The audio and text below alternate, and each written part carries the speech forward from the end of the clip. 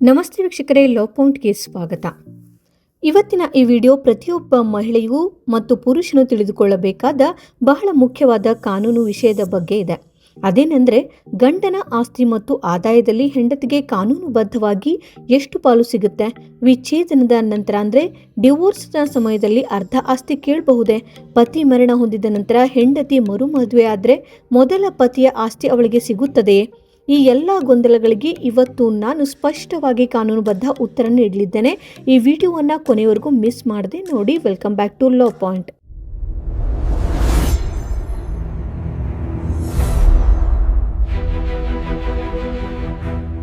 ಮೊದಲನೇದಾಗಿ ಆಸ್ತಿ ವಿಧಗಳನ್ನು ನೋಡೋದಾದರೆ ಮೊದಲು ಎರಡು ರೀತಿಯ ಆಸ್ತಿಗಳು ಬರ್ತವೆ. ಸ್ವಯಾರ್ಜಿತ ಆಸ್ತಿ ಅಂದರೆ ಗಂಡ ತನ್ನ ಸ್ವಂತ ದುಡಿಮೆಯಿಂದ ಕಷ್ಟಪಟ್ಟು ಸಂಪಾದಿಸಿದ ಆಸ್ತಿ ಅಥವಾ ವಿಲ್ ಮೂಲಕ ಆತನಿಗೆ ಬಂದಂತಹ ಆಸ್ತಿ. ಹಾಗೆ ಪಿತ್ರಾರ್ಜಿತ ಆಸ್ತಿ, ತಂದೆ ತಾತ ಅಥವಾ ಮುತ್ತಾತನಿಂದ ವಂಶ ಪಾರಂಪರ್ಯವಾಗಿ ಗಂಡನಿಗೆ ಬಂದಂತಹ ಆಸ್ತಿ. ಗಂಡ ಬದುಕಿರುವಾಗ ಹೆಂಡತಿ ಹಕ್ಕು ಏನಿರುತ್ತೆ ಅಂತ ನೋಡೋದಾದ್ರೆ, ಗಂಡ ಬದುಕಿರುವಾಗ ಹೆಂಡತಿಗೆ ಪಾಲು ಸಿಗೋದಿಲ್ಲ.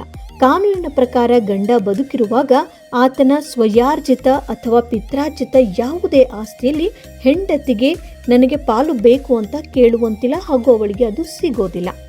ಇನ್ನು ವಿಚ್ಛೇದನದ ಸಮಯದಲ್ಲಿ ನೋಡೋದಾದ್ರೆ, ಡಿವೋರ್ಸ್ ಆದಾಗ ಹೆಂಡತಿ ಆಸ್ತಿಯನ್ನ ಪಾಲು ಕೇಳಲು ಬರೋದಿಲ್ಲ. ಅವಳು ಕೇವಲ ಜೀವನಾಂಶವನ್ನ ಅಂದರೆ ಮೇಂಟೆನೆನ್ಸ್ ಕೇಳಲು ಮಾತ್ರ ಅರ್ಹಳಾಗಿರ್ತಾಳೆ. ಇನ್ನು ಮ್ಯೂಚುವಲ್ ಡಿವೋರ್ಸ್ಗೆ ಬಂದರೆ, ಒಂದು ವೇಳೆ ಇಬ್ಬರು ಕೂಡ ಒಪ್ಪಿಕೊಂಡು ಡಿವೋರ್ಸ್ ಪಡೆದಾಗ ಗಂಡ ತನ್ನ ಖುಷಿಯಿಂದ ಆಸ್ತಿ ನೀಡಲು ಒಪ್ಪಿದ್ರೆ ಮಾತ್ರ ಅದು ಸಾಧ್ಯವಾಗುತ್ತೆ.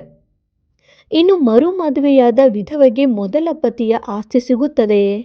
ಹೌದು, ತುಂಬ ಜನರಿಗೆ ಇದು ಒಂದು ದೊಡ್ಡ ಗೊಂದಲ ಅಂತಲೇ ಹೇಳ್ಬೋದು.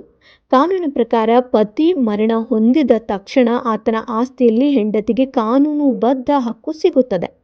ಆಕೆ ಮರು ಮದುವೆ ಆದರೆ ಅನ್ನುವಂಥ ಒಂದು ಪ್ರಶ್ನೆ ಬರುತ್ತೆ. ಒಂದು ವೇಳೆ ವಿಧವೆಯಾದ ಹೆಂಡತಿ ನಂತರ ಮರು ಮದುವೆಯಾದರೂ ಸಹ ಮೊದಲ ಪತಿಯಿಂದ ಅವಳಿಗೆ ಬಂದಿರುವ ಆಸ್ತಿಯನ್ನು ವಾಪಸ್ ಕೇಳಲು ಸಾಧ್ಯವಿಲ್ಲ. ಅದು ಅವಳ ಹಕ್ಕು. ಆಸ್ತಿ ಒಮ್ಮೆ ಅವಳ ಹೆಸರಿಗೆ ಬಂದ ಮೇಲೆ ಅದು ಅವಳ ವೈಯಕ್ತಿಕ ಆಸ್ತಿ ಆಗುತ್ತೆ. ಇನ್ನು ನೀವು ಗಮನಿಸಬೇಕಾದ ಕೆಲವು ಅತಿ ಮುಖ್ಯ ಕಾನೂನು ಅಂಶಗಳಿವೆ. ಇಲ್ಲಿ ಹೆಂಡತಿಗೆ ವಾಸಿಸುವ ಹಕ್ಕು ಇದೆ. ಆಸ್ತಿಯಲ್ಲಿ ಪಾಲು ಸಿಗದಿದ್ದರೂ ಗಂಡನ ಮನೆಯಲ್ಲಿ ವಾಸಿಸುವಂತಹ ಹಕ್ಕು ಹೆಂಡತಿಗಿರುತ್ತದೆ. ಗಂಡನ ಸ್ವಂತ ಮನೆಯಾಗಲಿ ಅಥವಾ ಆತ ಬಾಡಿಗೆಗೆ ಪಡೆದ ಮನೆಯಾಗಲಿ ಆಕೆಯನ್ನ ಮನೆಯಿಂದ ಬಿಟ್ಟು ಹೊರ ಹಾಕುವಂತಿಲ್ಲ, ನೆನಪಿರಲಿ. ಹಾಗೆ ಸ್ತ್ರೀಧನ, ಮದುವೆಯ ಸಮಯದಲ್ಲಿ ಹೆಂಡತಿಗೆ ತವರಿನ ಮನೆಯಿಂದ ನೀಡಿದಂತಹ ಚಿನ್ನಾಭರಣ, ಹಣ ಅಥವಾ ಉಡುಗೊರೆಗಳು ಹೆಂಡತಿಯ ಸಂಪೂರ್ಣ ಆಸ್ತಿ ಆಗಿರುತ್ತೆ. ಇದರ ಮೇಲೆ ಗಂಡನಿಗೆ ಹಕ್ಕಿರೋದಿಲ್ಲ. ಡಿವೋರ್ಸ್ ಆದರೂ ಇದನ್ನ ಹೆಂಡತಿಗೆ ವಾಪಸ್ ನೀಡಬೇಕು ಹೊರತು ತಾನು ಇಟ್ಟುಕೊಳ್ಳುವಂತಿಲ್ಲ.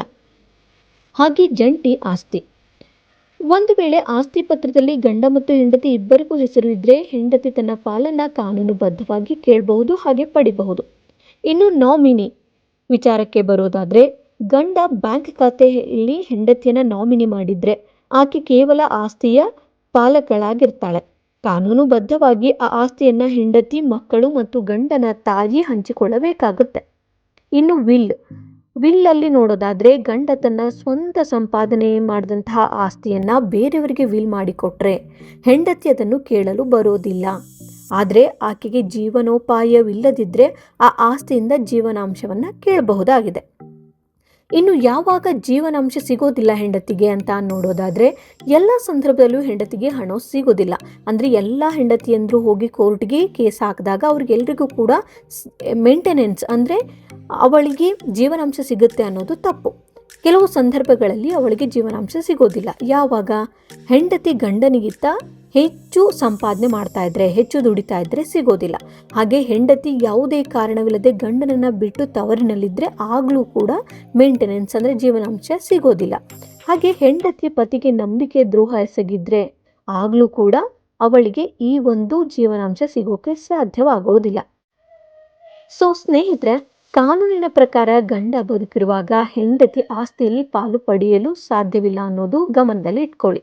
ಆದರೆ ಗೌರವಯುತವಾಗಿ ಬದುಕಲು ಬೇಕಾದ ಹಕ್ಕನ್ನ ಕಾನೂನು ನೀಡುತ್ತೆ. ಗಂಡ ಬದುಕಿರುವಾಗಲೇ ಹೆಂಡತಿಗೆ ಆಸ್ತಿಯಲ್ಲಿ ಪಾಲು ನೀಡೋದು ಕಾನೂನು ಬರಬೇಕೆ? ನಿಮ್ಮ ಅನಿಸಿಕೆಯನ್ನ ಕಮೆಂಟ್ ಮಾಡಿ ತಿಳಿಸಿ. ಸ್ನೇಹಿತರೆ, ನೆನಪಿರ್ಲಿ, ಕಾನೂನು ಕೇವಲ ವಿವಾದಗಳಿಗಾಗಿ ಅಲ್ಲ, ನಿಮ್ಮ ಹಕ್ಕುಗಳ ರಕ್ಷಣೆಗಾಗಿಯೂ ಇರುತ್ತದೆ. ಗಂಡ ಹೆಂಡತಿ ಸಂಬಂಧ ಪ್ರೀತಿ ಮತ್ತು ವಿಶ್ವಾಸದ ಮೇಲೆ ನಿಂತಿರುತ್ತೆ. ಆದ್ರೆ ಪರಿಸ್ಥಿತಿ ಹದಗೆಟ್ಟಾಗ ಈ ಕಾನೂನು ಮಾಹಿತಿಗಳು ನಿಮ್ಮ ಕೈ ಹಿಡಿತವೆ ಅಷ್ಟೇ. ವೀಕ್ಷಕರೇ, ಈ ವಿಡಿಯೋದಲ್ಲಿ ನಾವು ಚರ್ಚಿಸಿದ ವಿಷಯಗಳು ಸಾಮಾನ್ಯ ಕಾನೂನು ಮಾಹಿತಿಗಾಗಿ ಮಾತ್ರ. ನಿಮಗೆ ವೈಯಕ್ತಿಕವಾಗಿ ಹೆಚ್ಚಿನ ಸಮಸ್ಯೆಗಳಿದ್ದರೆ ತಜ್ಞ ವಕೀಲರನ್ನ ಭೇಟಿ ಮಾಡಿ. ಈ ಮಾಹಿತಿ ನಿಮಗೆ ಇಷ್ಟವಾಗಿದ್ದರೆ ನಮ್ಮ ಚಾನೆಲ್ನ ಸಬ್ಸ್ಕ್ರೈಬ್ ಮಾಡಿ ಮತ್ತು ಬೆಲ್ ಐಕಾನ್ನ ಒತ್ತಿ. ಕಾನೂನು ಅರಿಯಿರಿ ಮತ್ತು ಸುರಕ್ಷಿತವಾಗಿರಿ.